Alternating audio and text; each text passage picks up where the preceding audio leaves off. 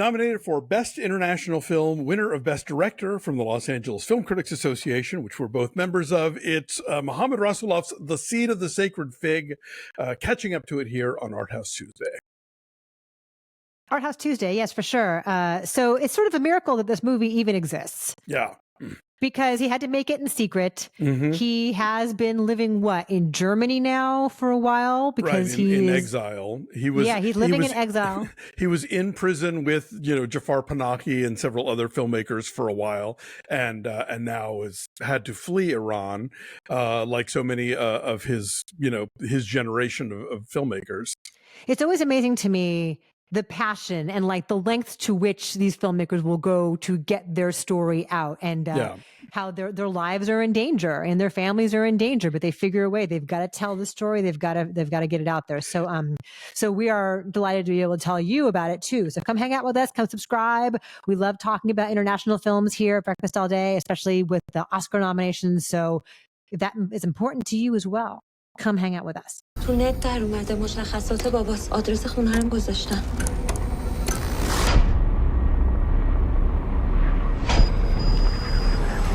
So The Seed of the Sacred Fig takes place pretty recently, like within the last couple of years. It's set in Tehran during the Women Life Freedom demonstrations that have gone on there.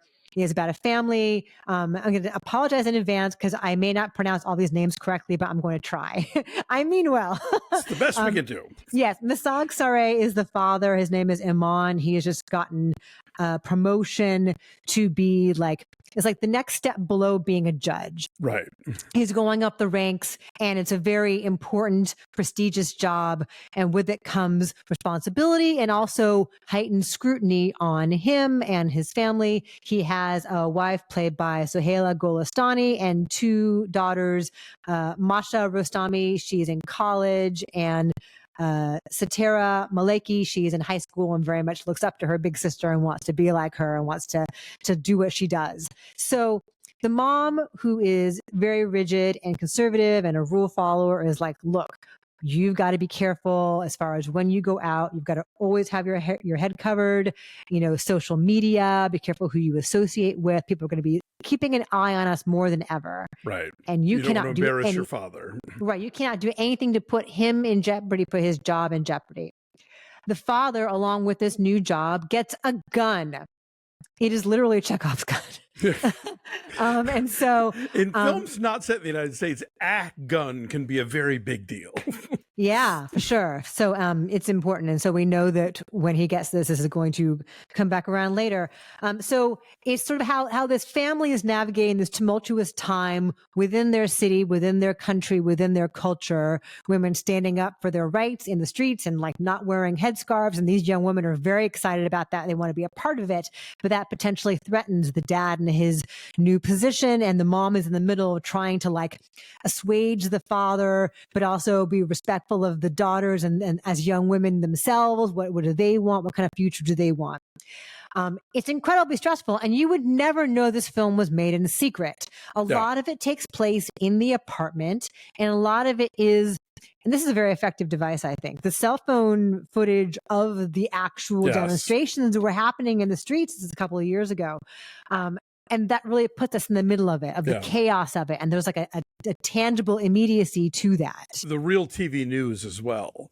But to make this movie in secret, apparently you had to have these sort of dummy scripts where if somebody came along and demanded to see whatever they were shooting, they had this whole like fake thing to show to any government officials who might have shown up on set. But for the most part, this was all done. And I think was he even present on the set? I think he was directing long distance from remotely.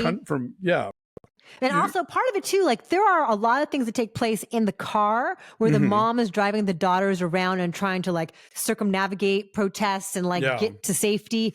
And it looks like there must have been a camera mounted on the hood. Like there is so much here that you would never know it was shot in secret. I mean, some of it is in the streets and like shot from across the street, but some of it looks a lot more polished than you would expect. I mean, this is his 10th film, so he's been doing this for a long time. Maybe he's got it down to a science to figure out, how to get around certain scrutiny, whatever. But it's so good, and it's 3 hours long. But please don't let that intimidate you Oh. because it is so tense and it Yeah. really morphs so beautifully in ways that are both epic and intimate.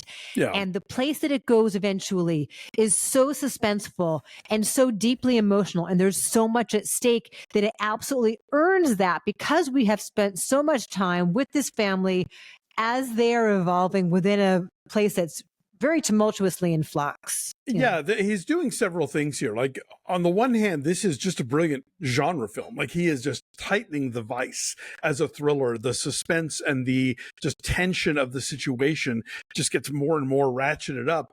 And at the same time, there is this sort of overarching metaphor of the whole thing of like, this is what life in a religious dictatorship looks like, not just writ large over the course of the entire nation, but within this household, within this one guy trying to control the three women that are under his roof and that are under his control, air quotes, and so like he becomes this sort of stand-in for every other authority figure that exists in Iran, who is telling women what they can and can't do and how they should behave.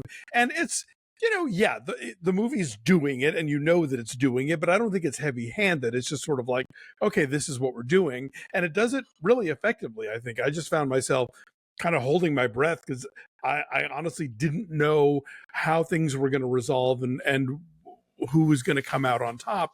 And yeah, I think Rasoulof just very kind of brilliantly plays it where, he takes those sort of early domestic scenes that just sort of seem like, okay, fine, this is their life or whatever. But the way that they figure into where the film goes is all really fascinating. Yeah, the conversations that they have in like the first half or so just feel like sort of the day-to-day of what would happen in a family. Like they live in the city, the stuff's happening in front of their window, and so of course they're going to talk about it. And of course, because these are young women of this generation, they are more likely to think for themselves and want to push boundaries and seek out their own freedom and their own expression. And then the mom is so great in this. The actress playing the mom is so great because she has to walk that tightrope between like pleasing the dad and saying the right things so he won't blow up at everybody.